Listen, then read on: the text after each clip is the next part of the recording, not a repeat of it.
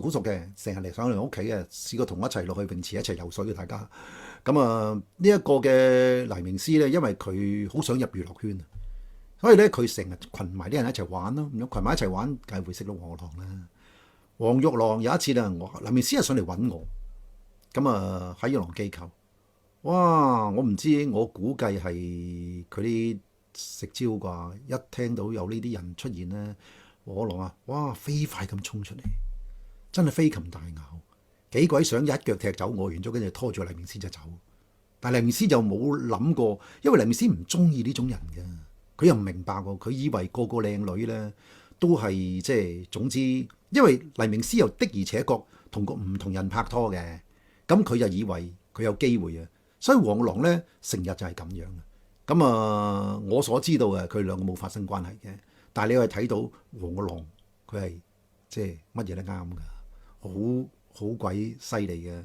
咁啊，另外一位啊，藍潔瑛，我認為佢哋曾經試過有一個嘅親密朋友嘅關係，但係去到咩階段嘅話咧，我唔知嘅。因為我就知道，即係藍潔瑛係願意上去架遊艇啊，同佢一齊啊，成啲咁嘅嘢嘅。咁啊，但係黃玉郎以我所知，佢係唔中意藍潔瑛嘅，佢自己親口講嘅。因為點解咧？因為藍潔瑛呢種咧，對佢嚟講啊，你睇下度咧，即係佢覺得個身材唔夠勁啊。因為黃玉郎咧特別中意身材好嘅女仔嘅，所以咧呢一個藍潔瑛就對佢嚟講，咦，不如我揾第二個啦咁樣。黃玉郎咧有唔同嘅即係色欲嘅故事嘅，對我哋嚟講咧，佢係一個乜嘢咧？係一個好好色嘅男人。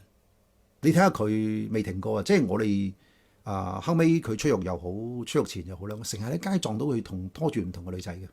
佢係好迷戀啲好後生嘅女仔嘅，所以佢後尾都同一個細佢好多嘅女人啊結婚啊，成啲嘢，佢唔停嘅，不停喺度嘅。即係其實你睇下，其實奇聞記得差唔多嘅，即係佢哋唔係好想定咗喺邊個位度，所以其實嗰陣時候李麗珍同佢一齊拍拖嘅時候，因為我好熟悉㗎奇聞記嘛，我已經知道係冇好結果㗎啦。因為咧，某啲嘅漫畫人點解好大部分啦？因為點解佢喺一個創作世界入邊，佢咧好中意新鮮。呢個完咗就第二個，甚至乎呢個未完，佢又揾第二個。因為咧新鮮對佢嚟講咧就係佢個工作嚟噶嘛，所以不停都要揾啲唔同新鮮咁樣去滿足自己嘅個性慾咁樣。咁黃玉郎就係特別嘅。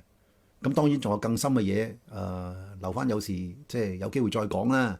但係對我認識嘅黃玉郎嚟講咧，佢就係一個非常之渴望有色慾去滿足佢嘅人。而咧佢之所以得嘅係因為咧有錢啊嘛。嗱，所以咧記住啦，後生仔有錢，你咪可以得到好多色慾嘅滿足啦嘛，好多衝埋嚟俾你嘅。咁但係當然啦，而家難啲嘅啦，香港社會同以前唔同啦，經濟差好遠啦。記住啊，小心啲，有錢唔緊要嘅，唔好好似黃玉郎咁樣，最後搏到點樣啊，變咗敗家狗就唔好啦。好。